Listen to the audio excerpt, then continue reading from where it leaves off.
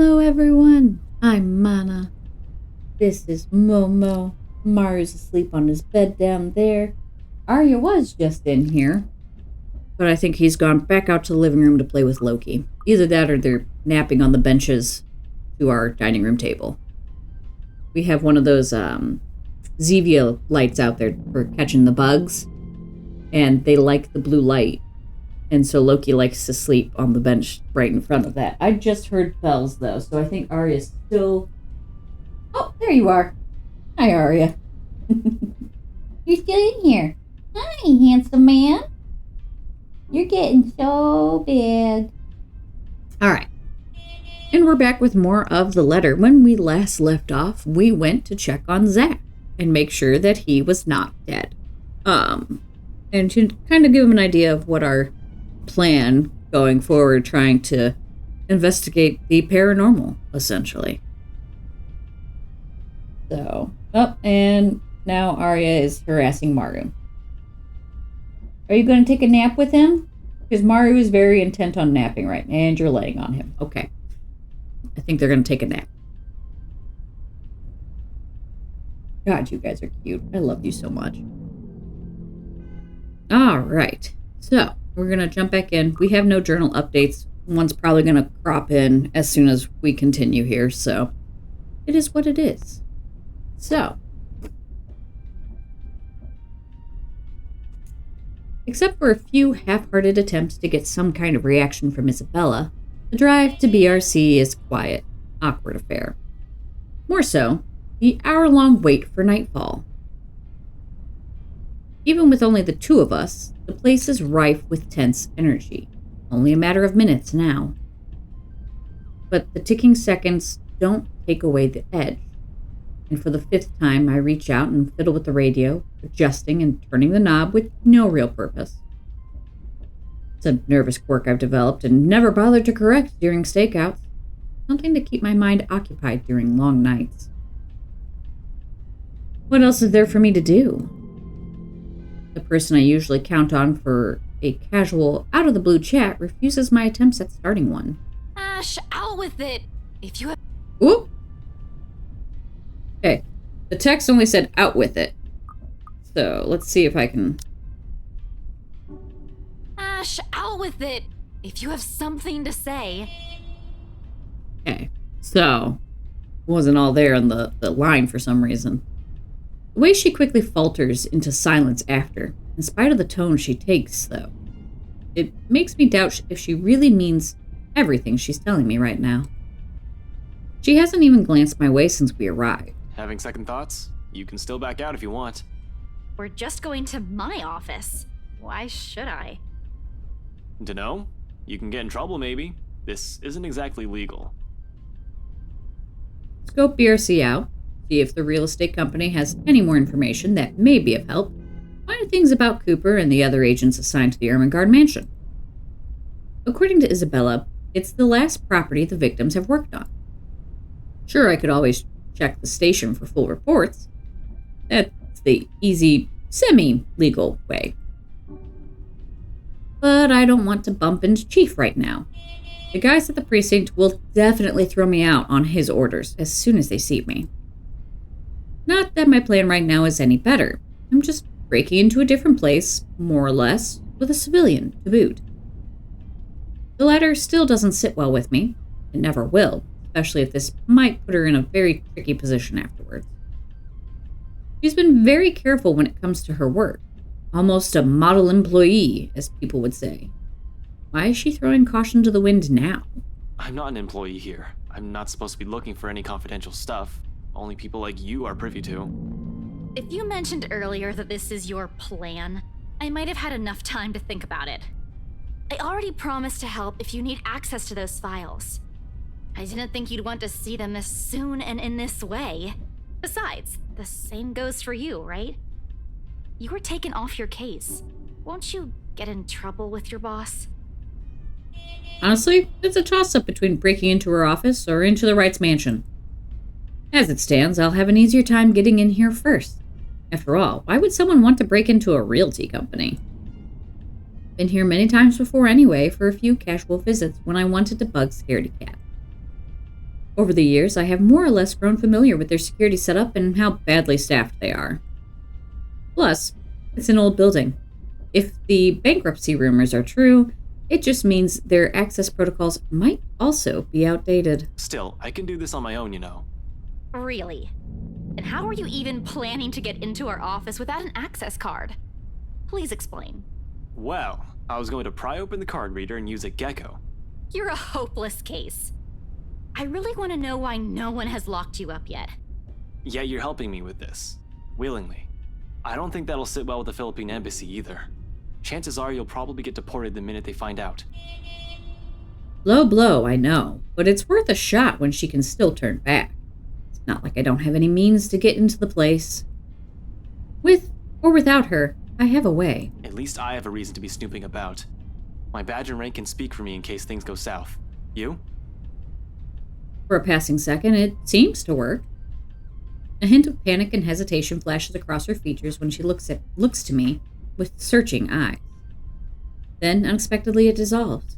Not behind the fear I'm anticipating, but underneath something sharp and searing.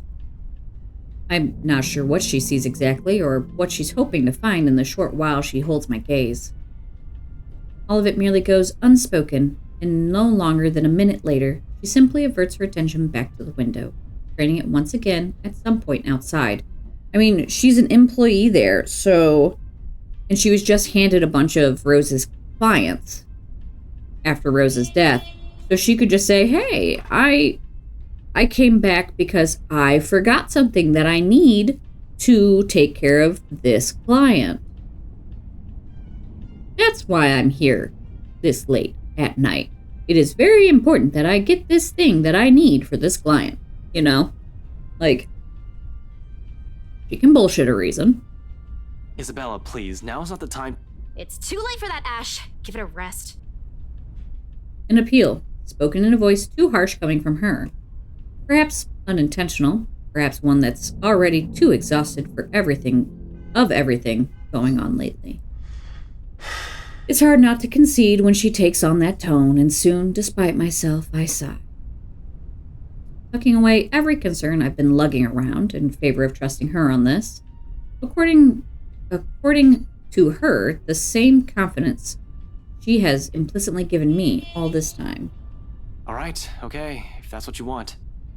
And don't worry, I didn't mean what I said earlier. I won't let anything happen to you. You better fucking not. Her lips briefly turn up in a smile, though none of the cheer reaches her eyes. Just get this over with, okay? Everyone should be out of the office by now. Somehow, the uncertainty in her posture makes me wonder if she intended it as some kind of comforting gesture. Whether it's for me or for her, she doesn't let me find out. Without saying another word, she exits the car, while I'm left scrambling and chasing after her. She's already at the side entrance, a hand raised on the card reader beside it, and another poised to push the door open when I catch up to her. Whatever doubt there has been in her face a while ago, it's gone.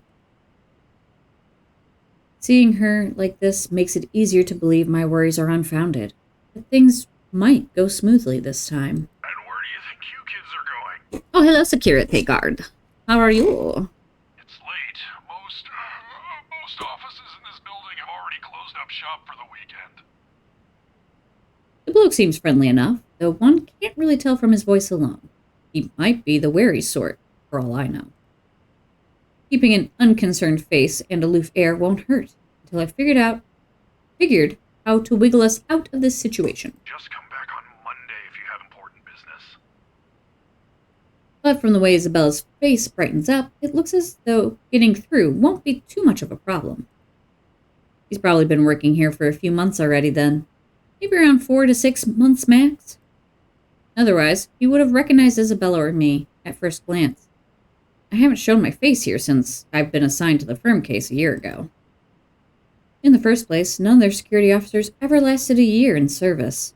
The longest was around 7.5 months. I'll give this guy around that before he gets fired or finds a better paying job. For the moment, he's his too friendly attitude is almost a gift. Hey, Seb! Oh, look who we have here. Been a few days since I last saw that ponytail in here, Santiago? Close enough. Wait, don't tell me yet. I'll get it right this time. Sanchez. You were closer the first time? Drat. I swear it is on the tip of my tongue. I just need a hint to remember. I'm terrible with names too, so unless I see the person and see the name written down, my brain is like, wait, where did it go? It's gotten worse over the years. It's so bad.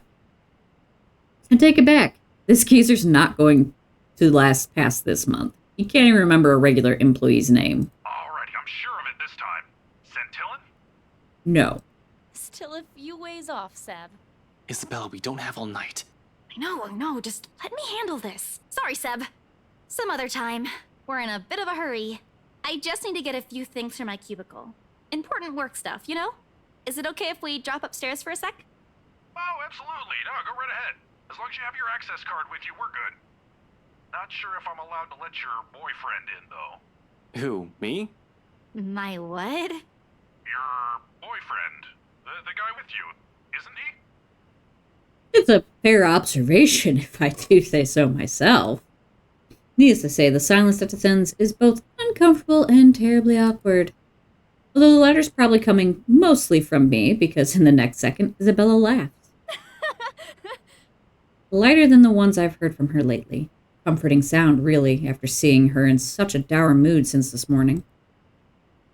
Even as all of it subsides into mere chuckles sooner than I'd like.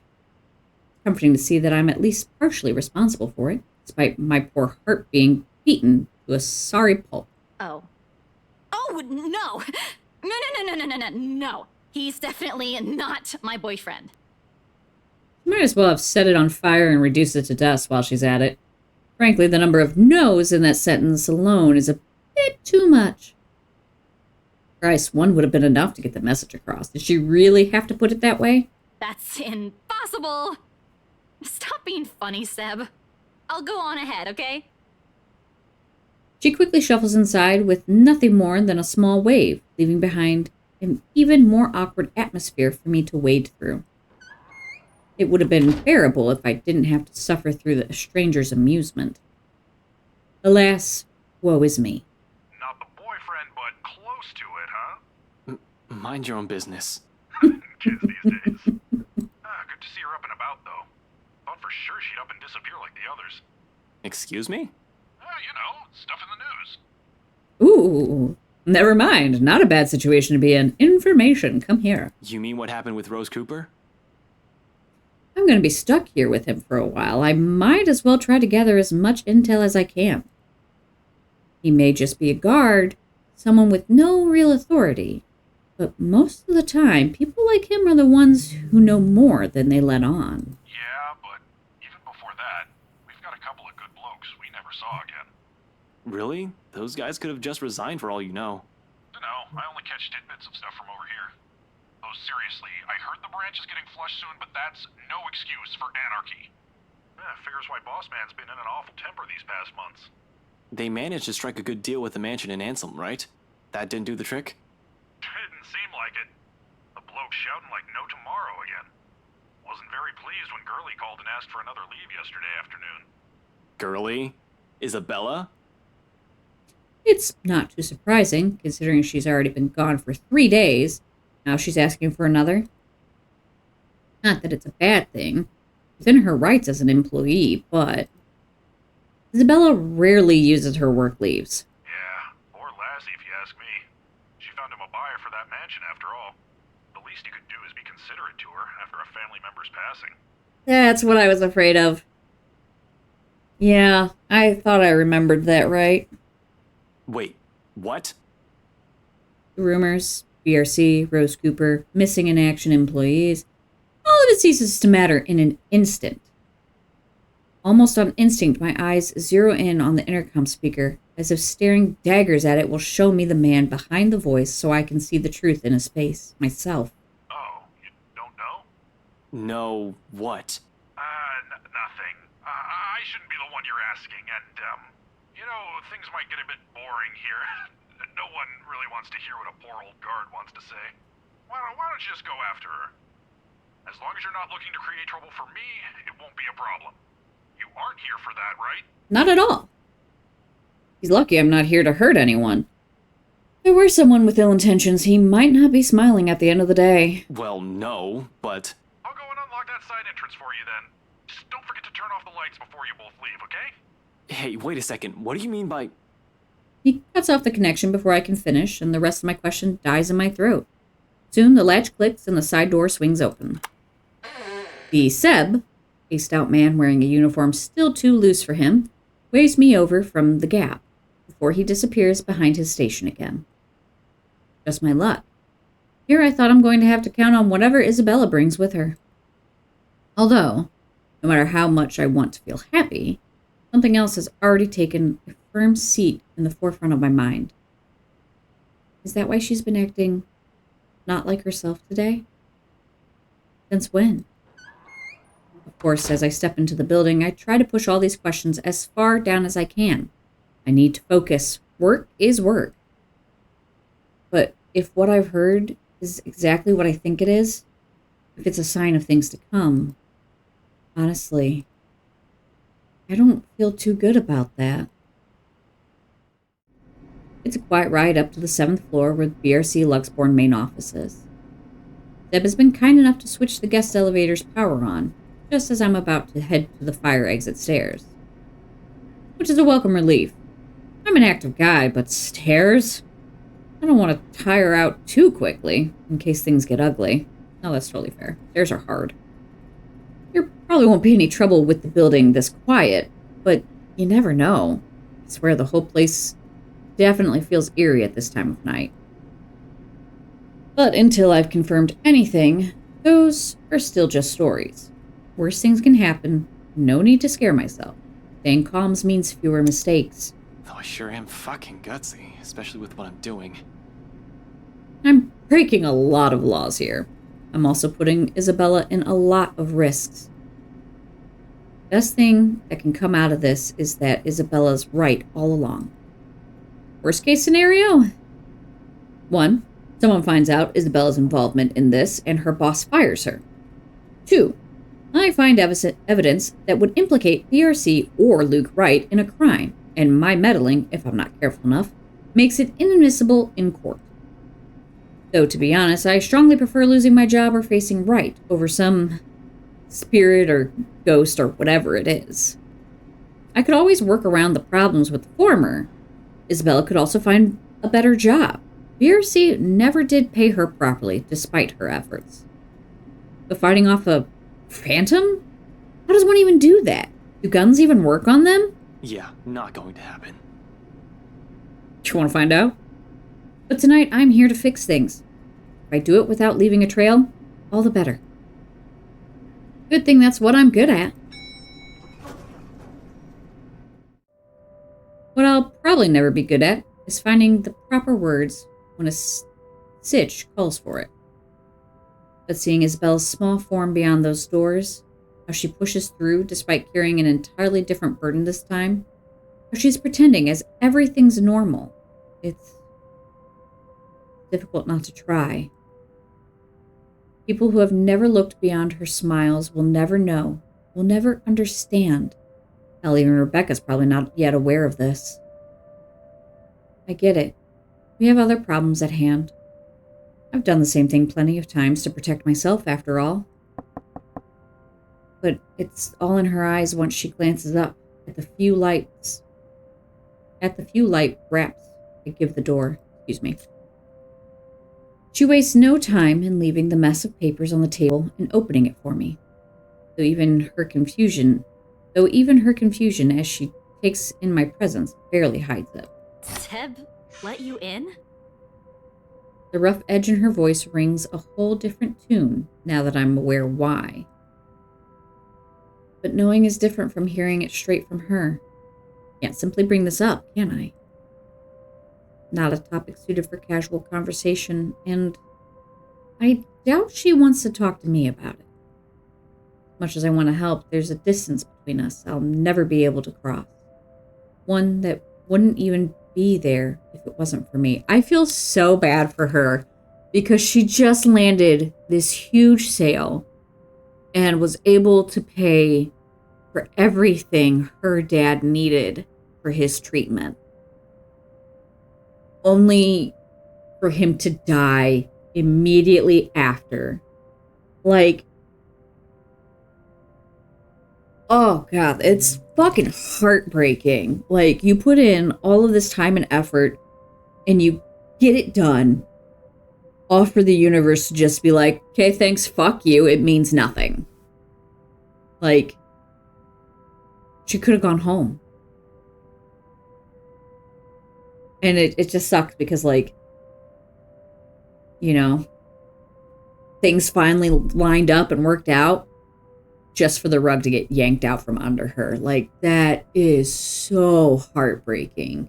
And at the same time, it's like the universe is saying, hey, you need to take care of you, not everybody else. But still, that fucking hurts. Oh, it's so heartbreaking.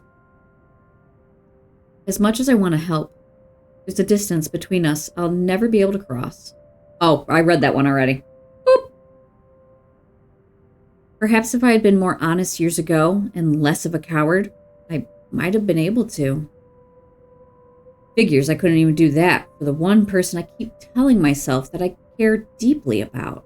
What can I say? I'm a very charming person. To a rock, maybe.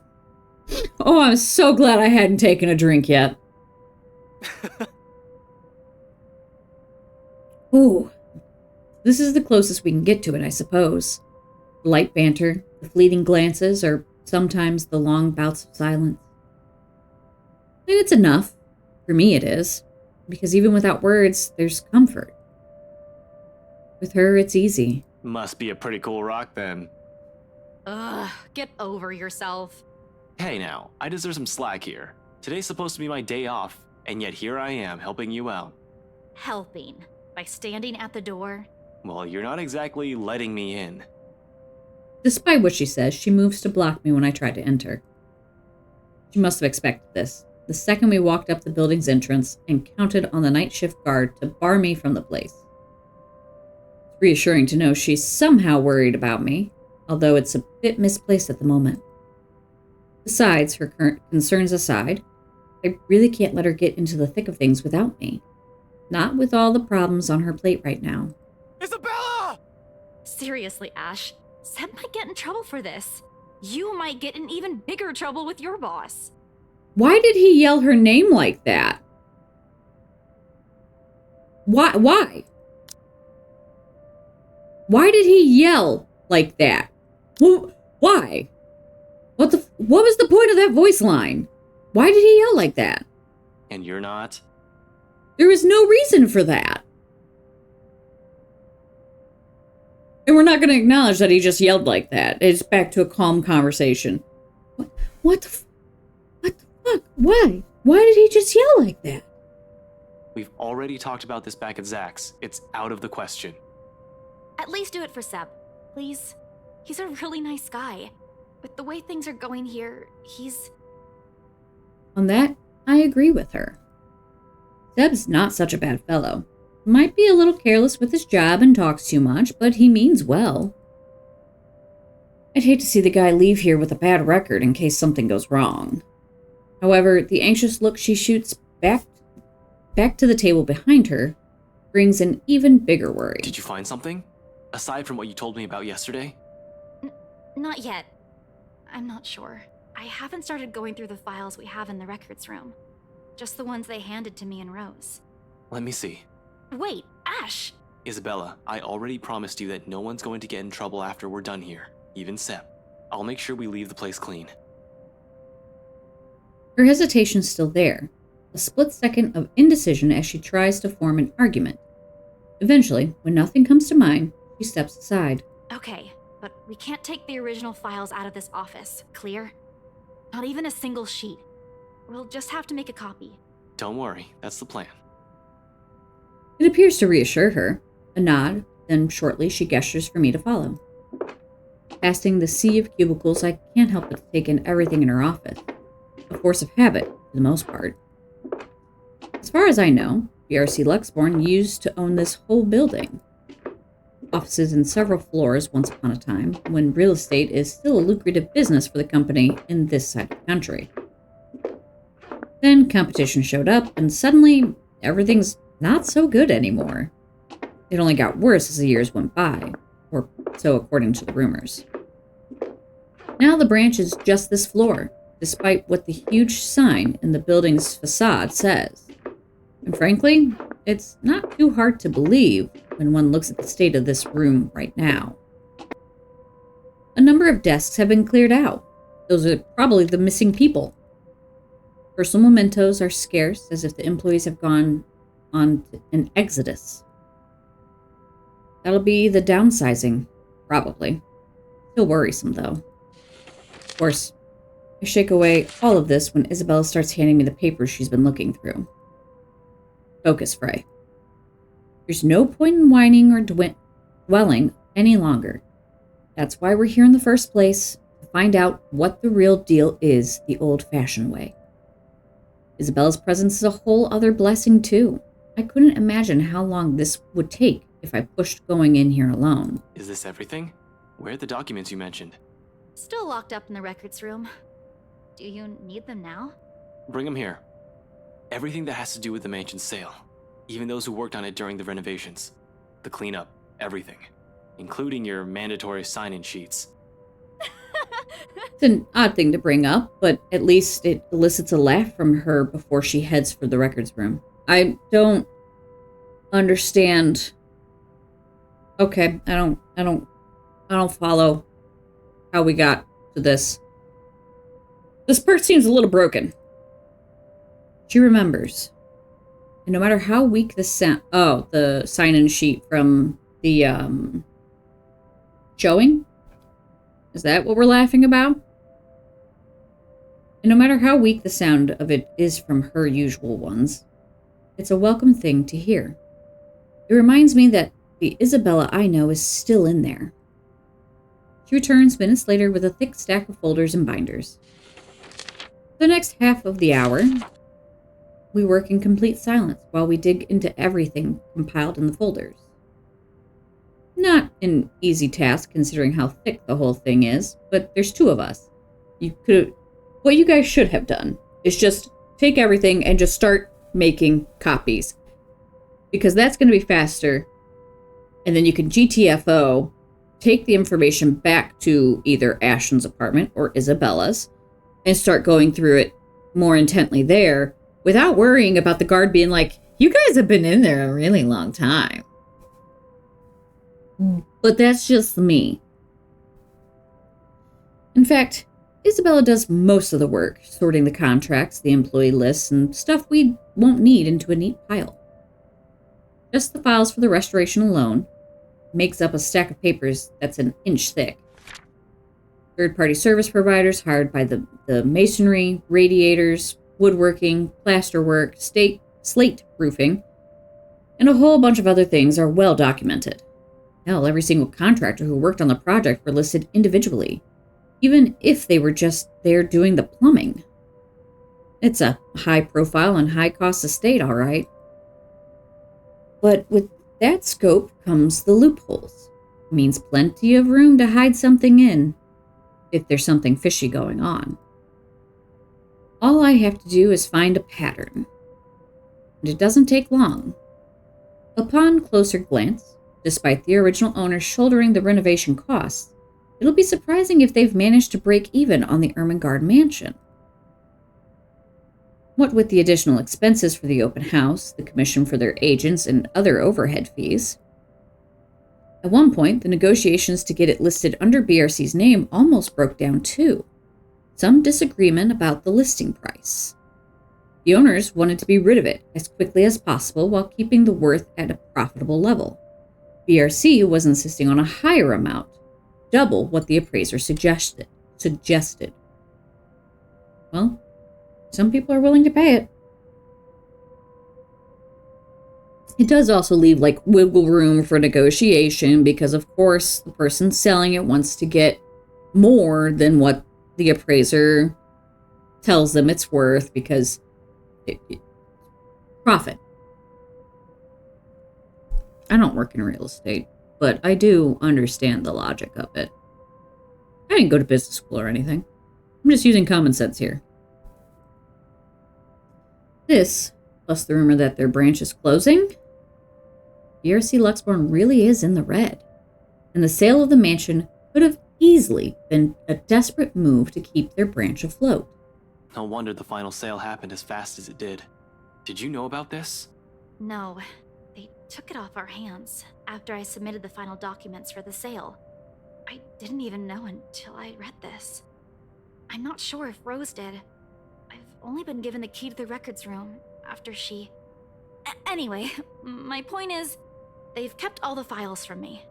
Rose was the one who compiled everything from our side.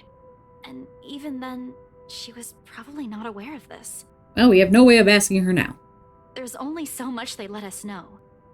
After that, they just told us to wait for our commission, and that the legal team would handle the rest. The rumors are true, huh? Seems so. Sheesh. This place is just unlucky. Going bankrupt while the rest of this crap is happening? But this isn't what we're looking for. What we need is the who. The people aside from Isabella and Cooper involved in this business with the mansion. And how they are... And the how they are now. I'm sorry, I got distracted because I thought... The cubicle in the middle here, I thought I saw something move out the corner of my eye there. But nothing's moving now, so maybe it was just me. We can't do much without the outside contractors. They won't be on file. With the outside contractors. The employee list, on the other hand. Even with 2 people working through the pile, the whole task still takes quite a while. A quarter of an hour later when we put down the papers with a sigh and move on to the clients upon Isabella's insistence. For that, the sign-in form from the open house comes in handy. Something that gives me a laugh when I spy the fake name I wrote on one of the sheets. Why'd I even pick this name? It sounds so lame. What name? Nothing important. Just focus on those papers you have. We need to finish this soon, before Seb suspects anything. Let's see. Hannah Wright, Luke Wright, Richard Frank, Josiah Ventug, Ash Lee. God damn it, Ashton. Charles Lacenas? I have no idea. Marcy Ty, Lauren Stiles, Madeline Williams, Beatrice Wild. She snatches the paper away before the thought of hiding it occurs to me. Not there's much secret in it. Isabella found me that afternoon anyway, but still. Ash Lee? I've been careless that day, tailing Luke Wright without confirming where they were headed off to. While the butler's terribly efficient in keeping the Wrights' engagements from the public eye, there are other ways, if only I'd given it the time of my day. In retrospect, I'd been too eager, too impatient to find something that'll crack the case and be done with it. Maybe my failure goes as far back as the day of the open house, not during the party last night. Yeah, well, I was pressed for time. Seriously? Ash Lee? Were you even trying? Oh, come on. You didn't even notice I was the one who wrote it down. Of course I wouldn't. Only an idiot would use his real name. It worked, though. Admit it. It's genius. Who would have thought, huh? Who would have thought, huh? She responds with a roll of her eyes, then drops the matter entirely by shoving the paper back into my hands. We lapse back to our respective tasks afterwards, wordlessly skimming through everything. Read, set aside, get another one. Looking back at the sign-in sheet, I spot Luke Wright and Hannah Wright listed up top. Not that I don't know about them already, of course, but scanning through the list, a name immediately comes to my attention. Madeline Williams. Something wrong? Huh? No, just that I remember this girl listed here. She frowns, moves her seat closer, and takes a careful read of the sheet. There's a long moment before she speaks up again, but from the way she tenses, she appears to be expecting the worst already. What about her? She was with me, in the group following Cooper, when we toured the upstairs part of the mansion, I mean. Rather loud one, especially when we took a peek into the attic. Kept talking about the ghost stories the whole tour. Then, do you? Do you think she's... She was reported missing 3 days after. Well, that's awkward. There was a ruckus at the precinct the day her family filed it. Threats were naturally given at the lack of progress days later. Desperate ones. Her family's willing to shell out all the cash they have just to find her. No avail, unfortunately. How much you want to bet she's in the dungeon? Officer Benjamin has been in a bad mood ever since he spoke with them. But what can he do? What can we do? He's tired. We're all tired. Tired? Tired. I think it's supposed to be tired. There's only so much we're able to do with everything that has been shoved into our hands recently. She still hasn't been found. It's already been a week. Isabella makes no further comment aside from a nod. Instead, she sits back on her chair with a distant look in her eyes, her hands balling into fists as she struggles with her frustration. Or maybe it's anger. But the moment doesn't last long. Soon her grip loosens and she folds her hands back on her lap. Her expression, however, one I've seen too many times in the mirror. What does one say to a person burdened not by one loss, but many, who carries it in her shoulders like a badge of shame? I've yet to find the answer to that myself. Until then, the only way is forward.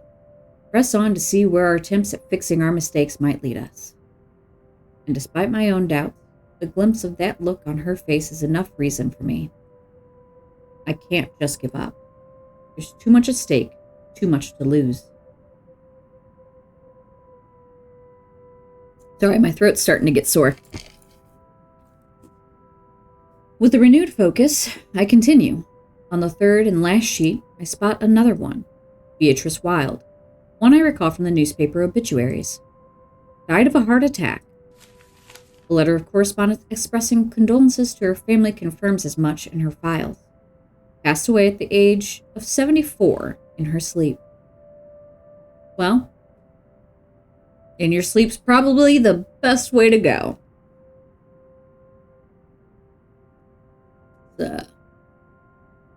Peaceful, at least. She's at that age. It certainly could have been a natural death. Right? I'd like to believe so. But 3 more letters turn up when I rummage through the stack, and it leaves nothing more than a foreboding feeling in me. They're all addressed to families of clients who have passed away in the past week. Regardless, these go into the pile of things worth looking into after our visit here, along with William's info sheet. There are just so many names, so many faces, each one I've seen that day, and here I am wondering if they're all right. It isn't a selfless thought that brings the question to mind. Rather, it's the logic that if more of them are still alive, the more people I can choose to question. Nothing's concrete yet, of course. These are just speculations, but we're making progress. Once done with the sign-in sheets, I stash it along with the growing pile to my left and pull out as many of the other documents Isabella has already prepared for me. We're working through the employee list now. Those who have been assigned to the mansion. Okay. But by this point, you guys have been in there a really long time. And the security guard has got to be getting suspicious. It would have made more sense to just copy all of the files and GTFO and then go through the information. Like, you're trying not to leave a trail, but by making the security guard suspicious, you're leaving a trail. We're working through the... Okay, yeah, I read that already.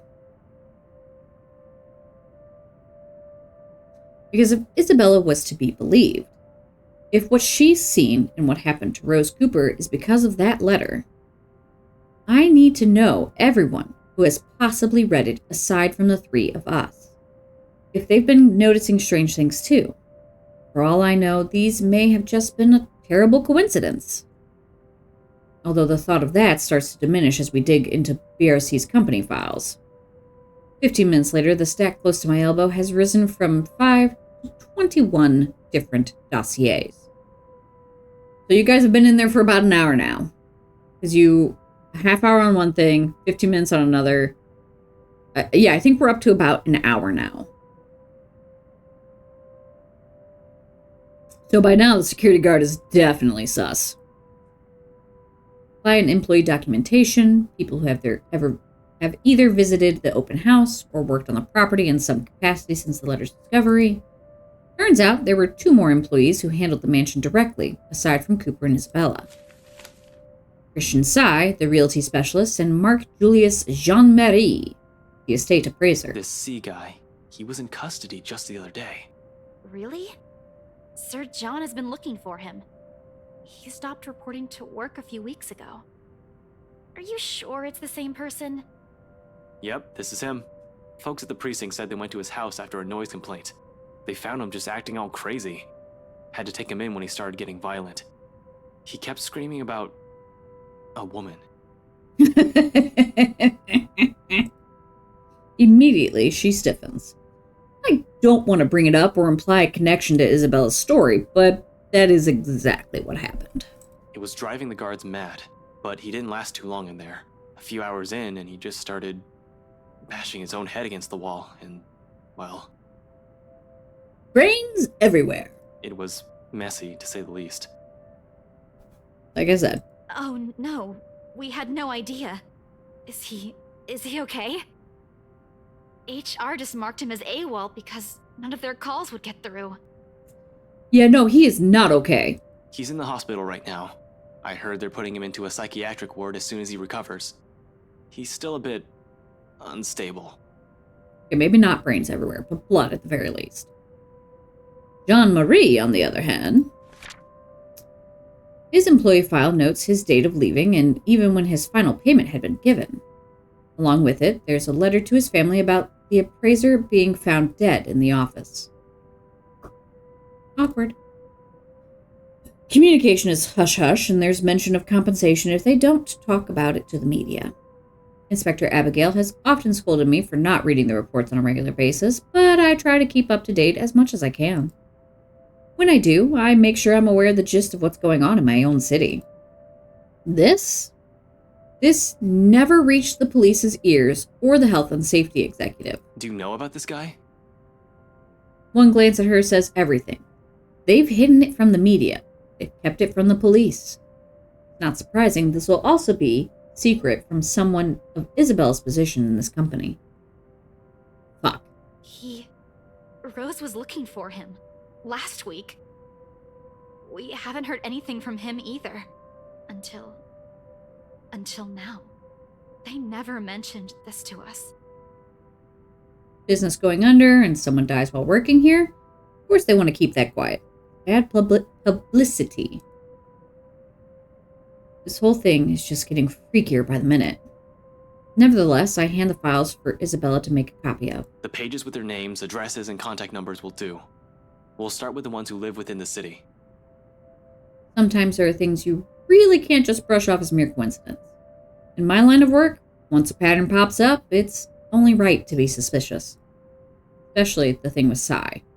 It hits too close to the stuff my own friends have been telling me. All of this? It's considerably thinner than the one she brought in, yet somehow the way she hugs the folders close to herself makes it seem heavier. Like she's hanging onto it in the same manner one will latch on to a lifeline. Only the noteworthy ones. And those might still be alive. Oh, those that might still be alive, sorry. Might. She doesn't need to know that. We can't check the outside contractors, but the guys with the direct connection to BRC and the people who attended the open house should be enough. We don't have time to see how everyone's doing, especially if what you said is true. For a second, she appears about to argue, then quickly decides against it and hides it away before anyone reads that question in her face. Then, in a too abrupt motion, she turns towards the copier and gets to work. soon, only the machine's constant hum fills the air around us, while I keep myself busy cleaning up the mess we've made. The lack of talk is awkward, to put it mildly. Disturbing at worst. I've gotten so used to letting her just babble away whenever it's just the two of us. I could tell, however, she wants to do more.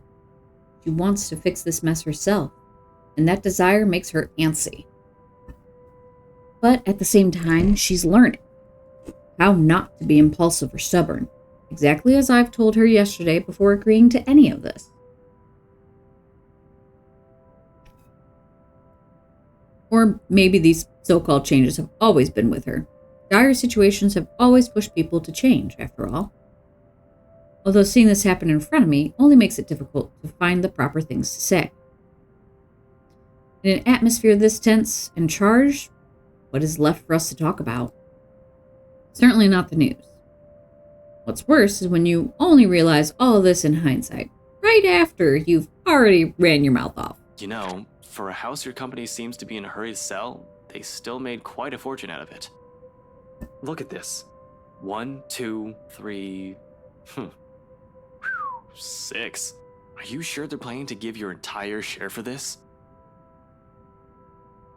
This isn't a small amount, especially given the usual cut. And their accounting department isn't in the greatest shape either. Even if they don't, it's not like someone still needs it. Oh, baby girl, I'm so sorry. And there's the reason why people don't let me talk. Silence once again descends throughout the room, denser compared to the ones we've shared tonight. Behind me, I can still hear her movements, sharp and precise while she feeds the originals to the machine. Then, with one last click, all of it stops. Her feet shuffle lightly against the floor when she moves away. Something creaks softly, probably the table, as she settles her weight against the side. Excuse me. By this time, an apology is already at the tip of my tongue, but... Belle, Papa's gone, Ash. I'm so sorry! Within those few scant seconds, everything between us shifts as the gravity of her words sinks. Right then and there, something harsh and immovable rises between us. Death is something I'm familiar with. Almost 10 years in the police force, and it's impossible not to be acquainted with it. But this is different from those dead bodies we examine in forensics. A far cry from the victims we found on a bad investigation. Those I could easily distance myself from. No emotional attachments, no need for pretenses. Yet somehow, I still find myself grasping for things to tell her. Any words of comfort that'll dull the pain. Because even without looking at her grief feels palpable enough. Pain, an immutable weight hanging over us. So, gently, I offer, oh God, what did I feel like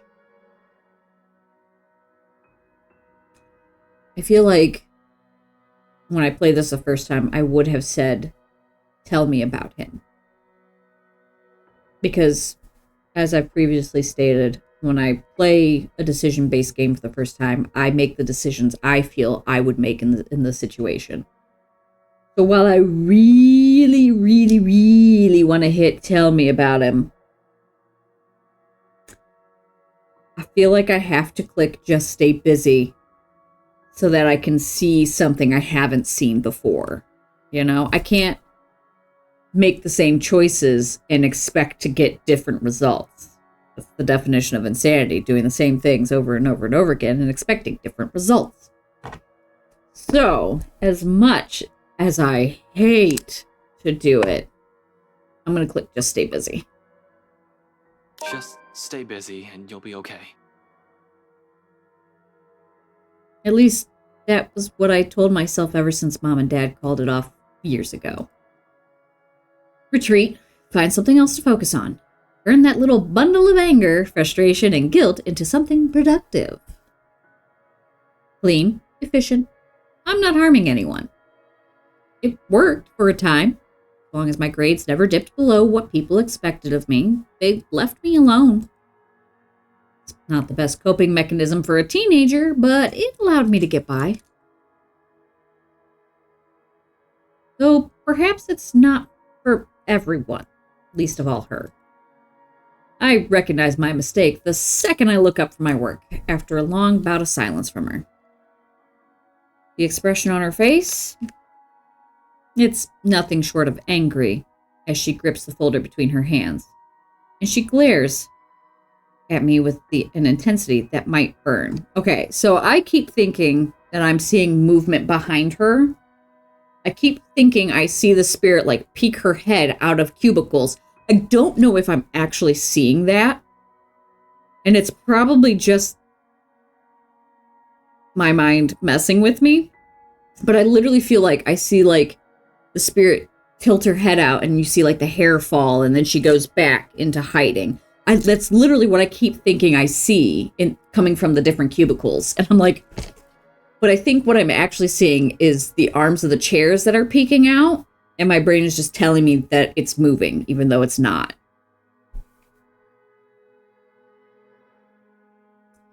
It's nothing short of angry. Okay, no, I read that. I've said something unforgivable. To her, asking her to bury all of it carries a different meaning. To her, forgetting means a denial. What do you think I'm doing? Do you really think it's that easy? Nope. Isabella, all I'm trying to say is that you should concentrate on other things right now. And I'm not?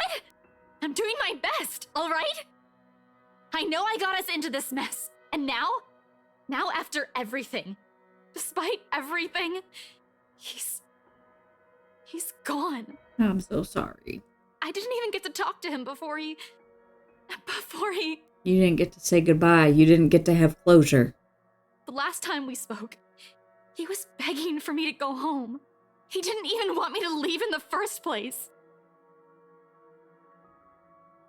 Now look where that got us. Look where I got us. Belle, this whole thing has got nothing to do with what happened to your dad. It was unfortunate, but... Ashton, just please stop. I don't want to hear it anymore. Shut it, please. Pathetic. I can't even do this right. Another awkward silence falls over the room until it all becomes unbearable, and half a heartbeat later, all I can do is step away from it.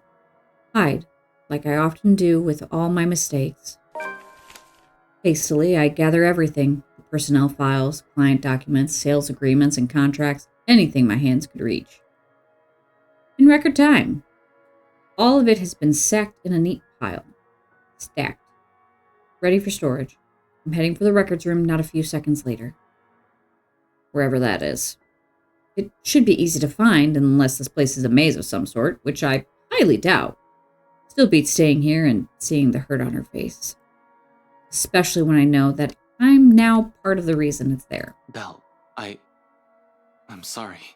That was insensitive of me. Sure as fuck was. I'll wait for her answer, because, honestly, I'm more afraid of what it'll be. I've stepped on something she values more than anything in the world. Like this, it's easy to see why she has gone to such great lengths for her father. Why she abandoned her dreams. Why she went against his wishes, just to grant him another chance at life. This is how she loves. Warm, steadfast, unflinching. What right do I have to question that? To tell her to let go when it's the one thing she has so openly given the people around her all these years? One thing that I will always have no reason to doubt. Others will say it's her warmth that draws people to her, or her cheer. Neither are wrong, but neither is the whole truth to her either. Because those who have never bothered to look beyond the surface will never see it, see her. See someone earnest, someone who has always meant well, despite her underlying stubbornness. I keep seeing the movement, and it's making me nervous because like I'm reading the text, and that's when I see the movement. But when I don't look at the text, I don't see it. So it's got to be like my eyes tricking me.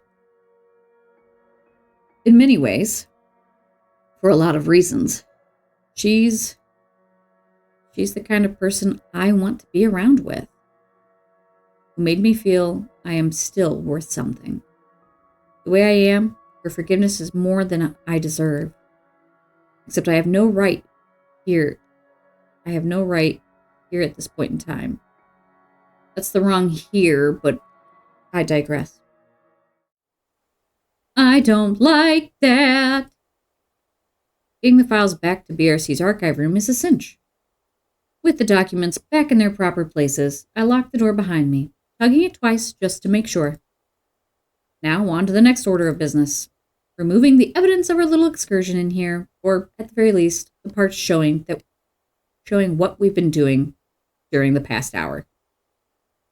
If the security guard is not suspicious at this point, they should not be a security guard. Can't have our faces plastered on security footage showing us breaking the law, as it were. I'm gonna have to wipe the data from Isabella's access card entries, too. Okay, I'm gonna call it here. Because, man, I don't want to, because I know, like, we're about to hit something exciting, but I've already been recording for almost an hour, because there hasn't been a good spot to break it up, and the way that it, like, dimmed down and came back seems like a decent enough stopping point, so I'm going to call it here. I'll see you guys later. Ooh. And when we come back, we'll start erasing the record. I don't know how we're gonna, we can't erase the memory of the security guard who knows that we've been in here for an hour now, but we'll see what happens. I've made some decisions that I didn't make before, so I'm interested in seeing what the outcome will be this time. I like that the Yang Yang logo is back here on a document. You guys can't even see. Can you see that? You can just see, like... Nope, you guys can't see it. It's under my face cam. That's fine. Anywho. I'm gonna call it here. Oh, excuse me. I will see you guys later. And remember to do something nice for a stranger today. You just might save a life. Bye.